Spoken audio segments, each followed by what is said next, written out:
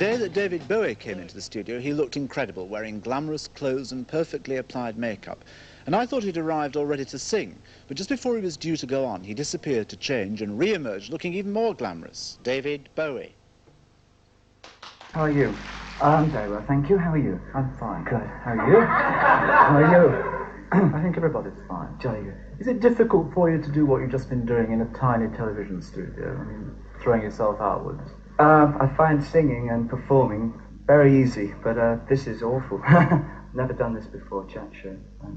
No, but I mean, find this very difficult. Are you nervous? Yes, very. That makes 78 of us. Terrified. Have you ever met a man called Federico Fellini? I've only seen his work. Do you know why I'm asking you that question? Why you're asking? Yeah. Because you're going to say that my work is somewhat similar. Are you? No, you're not. Don't go out and come in You're saying nothing like... No, but you have a very Fellini-type face, which is the kind of... You have a strange face, don't you? Yes, I do. Do you cultivate it? Yes, it's a mask. It is? Yes. You wouldn't like to take it off, would you? I couldn't. I've lived with it so long. I think it's just raw blood and flesh underneath. No. Yeah. You make it sound very painful. Yes. Right. Now, what about the earring thing? Yes. Did you buy it or did you buy it from your mother? I bought two, but I lost the other one, and so I've always kept just one. It looked Fellini-esque to wear one. It looked very camp to wear two, and I'm not at all camp. You're not? No. What does camp mean? I don't know. I've only read about it in the music papers.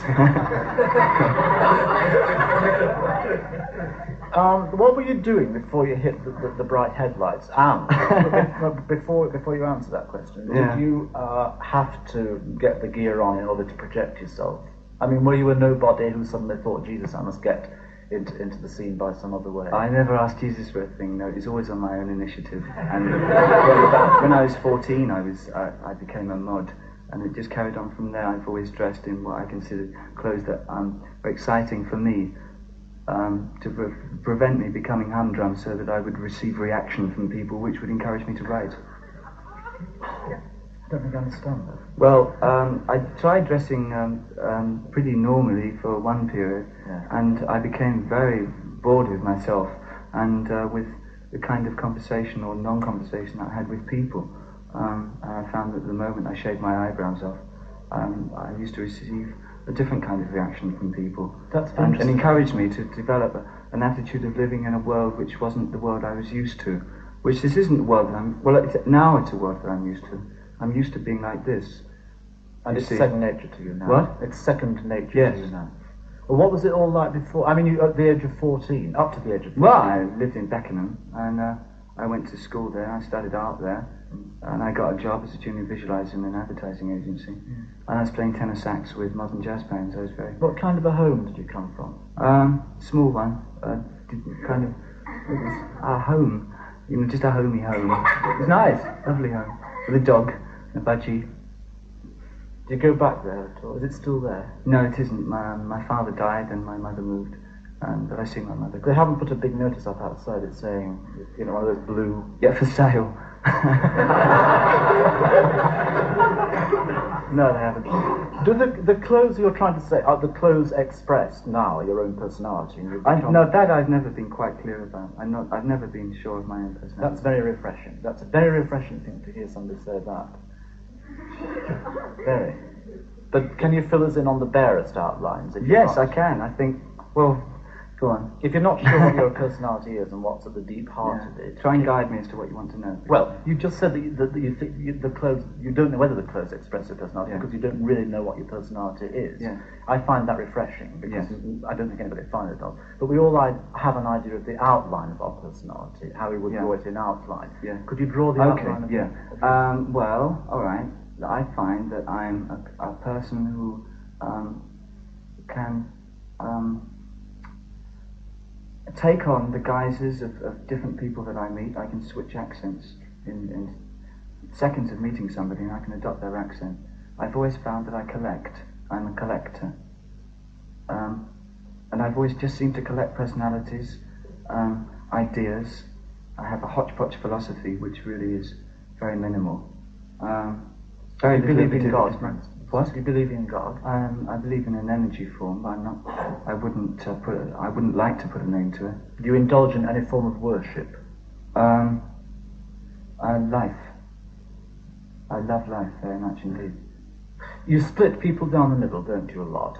That is to say that people are hostile to you, or they're totally indifferent. Oh, absolutely. Yeah. What kind of reaction do you get from the people who are violently in favour of you? I mean, do you get fan mail? Yes, a lot. What is it? Scabrous or dangerous or interesting or exciting? It's very sexy. In what way? I seem to draw a lot of fantasies out of people. A lot of fan mail I get. A lot of it is awfully nice. I mean, they say, how's your baby and how's your wife and what's your mum's name and things like that. But some of them are worth framing. Can you tell us one or two of the framed ones? No, I couldn't really. No, they really are quite heavy. Heavy duty letters they are. Heavy duty. Heavy duty. Duty. So I drop my teeth sometimes. No, you don't drop your teeth. You will have obviously as many men followers as you have women followers. Yes. I mean, you haven't been shy about declaring a certain air of bisexuality. Not at all. I know quite a few men. I mean, no, really, it doesn't. No, yes. Why do you think that bisexuality in say 72, 73 has become not a common, but an accepted kind of deal? Why do you think we have moved into that era of liberal behaviour? Okay, if you talk in terms of searching for what we should be doing or how society is going, I think people are probably very infuriated with the fact that they've got to have a job or something like that, and they want a role now. Once upon a time, your father, my father, everybody's father, I presume, wanted a good job with a good income or reasonable income, some chance of promotion to secure their family life. With the camera, you probably find that. And that's where it ended. But now people want a role in society. They want to feel that they have a position. They want to be an individual. And I think there's a lot of searching to find the individual within oneself. Yes. That's my answer. But how does that lead people into more freedom of sexual behaviour? It means it can go anywhere and do anything. Yes, I think people experiment now. Yeah. You have been attacked though by various critics, of course, by the Americans in particular, who they don't understand that as much as we pretend we do. Yeah. Is that any of the criticism, any of the attacks hurt you? Yes, everything hurts me very much. I'm very sensitive. But I put myself in that position, so that's what I'm in for, isn't it? Really. Have people attacked you physically ever? A couple of times, yes. What happened then? I ran. And lived to fight another day? Yes, I did. Where did that happen? That was in America. Somebody, do you want to know what? No. In Texas, I was approached by a man who had a lorry. And you see in Texas, a gentleman has a rifle attached to the inside of his car if he's a farmer or something like that. And somebody threatened me with his rifle, which was very, very scary, because he really didn't care very much. What did he say to you when he was threatening you? Well, a lot of swearing went on as well. If it wasn't against the law, I'd blow your head off and kind of thing. It was just like a film, really. Very bad film, actually. Very boring film. And you cleared off your own Yes, way. I did. Yeah. Good for you. We've all read things and heard things about certain ladies called groupies. That's for those who don't know, are young ladies who follow pop stars around. And magnificent they are as well. Yes. Yeah, the bands wouldn't be able to keep going if it wasn't for groupies. They're terrific. Really? Yeah, fantastic. But they do to a certain extent, they are to a certain extent the vultures. No, they're not vultures at all. They're very generous. But aren't they don't take much at all. They don't take much? No. How do they help the bands and groups? They sleep with the bands and groups. And some of the bands could go off their heads if they weren't.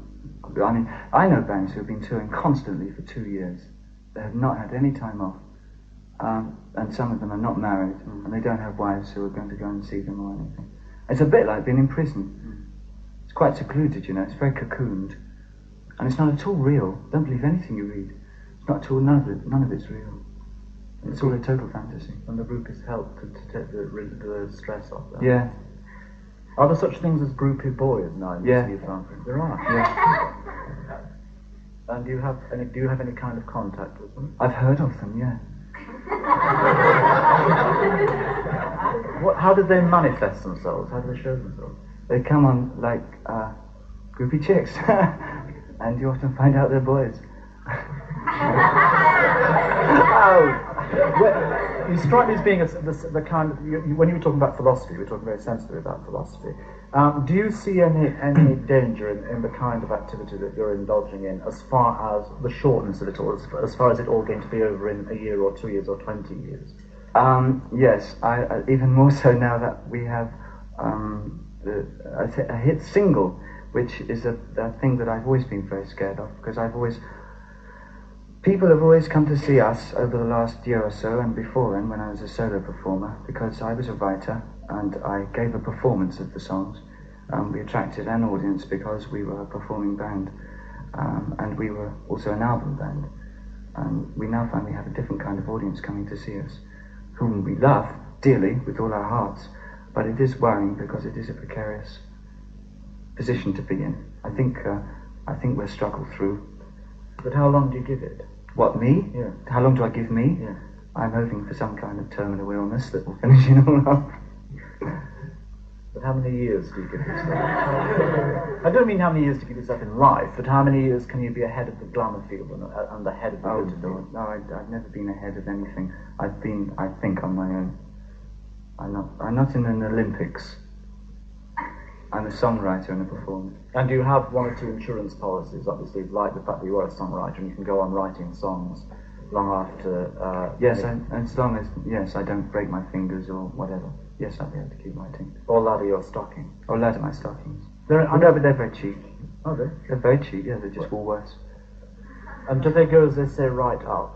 They come up to here. But I used to have the short ones, but I couldn't find, and Angie didn't have any left, so I had to go and buy these from Woolies. And how about the shoes? Are those men's shoes or women's shoes or bisexual shoes? They're shoes. They're just shoes. They come from the Bowie in New York. And there's a man up there who makes them. And they're called 3D shoes. They're made out of fiberglass. What happens when you get up in the morning? When you get up, do you not fall off the end of the bed because you think you're higher than you are? No, of course I don't. Silly.